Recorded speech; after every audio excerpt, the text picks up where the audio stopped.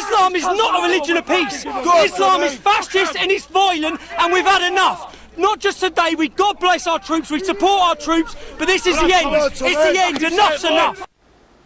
But today, President Obama framed the jihadist problem this way. The United States is not at war with Islam. And this ideology is rejected by the vast majority of Muslims, who are the most frequent victims of terrorist attacks. Joining us now from Washington, Ms. Laura Ingraham. On the heels of Boston, I think the world may be turning against the jihad after this London thing. Do you agree with that? Yes, I agree, Bill. I mean, this was so shocking, obviously occurring in broad daylight.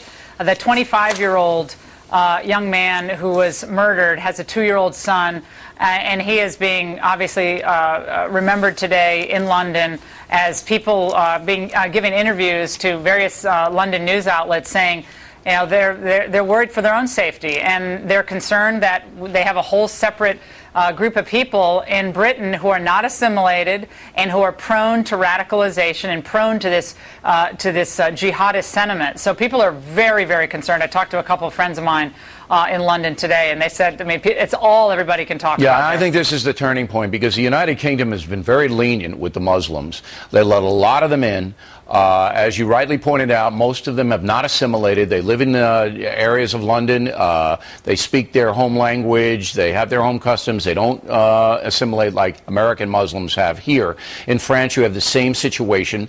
And I think the world, the Western world, is now starting to say, you know what, as the guy said in London, and that's from a group that really is opposed to London, to Muslims, I should say, in London. I think there's going to be real violence there unless the British authorities really start to clamp down on these jihadists. And Bill, remember a few years ago, Angela Merkel got a lot of kind of left-wing blowback when she said multiculturalism has failed, utterly failed. David Cameron came out shortly after that and said, well, Muslims in our country, most of them law-abiding, but they have to believe and have to accept British values.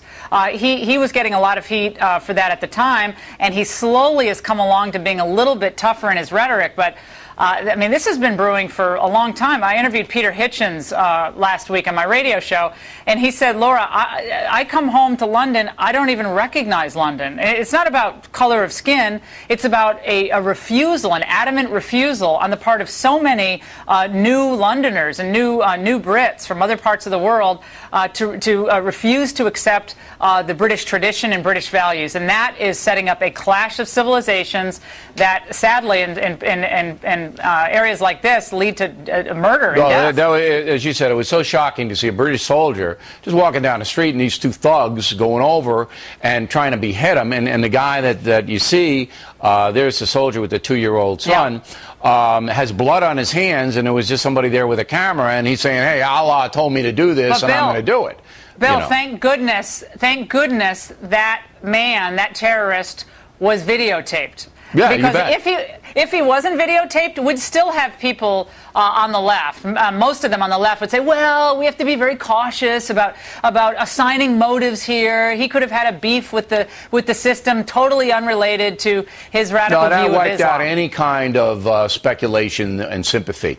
Now, why do you think that doesn't happen here? American Muslims, they don't cause a lot of trouble, generally speaking.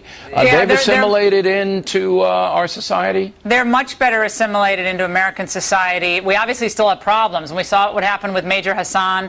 The president alluded to that today at his speech in Texas, and obviously the Tsarnaev brothers, they obviously became Americanized in some ways, but then were prone to be radicalized. The extremists, right. But so we have that problem. But overwhelmingly, Muslims in the United States have not gone down that path. Thank God. Just have to make sure that we don't let our guard down and in any way become so politically correct and so worried about offending people that we don't call this out for what it is. And that's a concern. I got one more question for Laura, so I'm going to give her 30 seconds more here.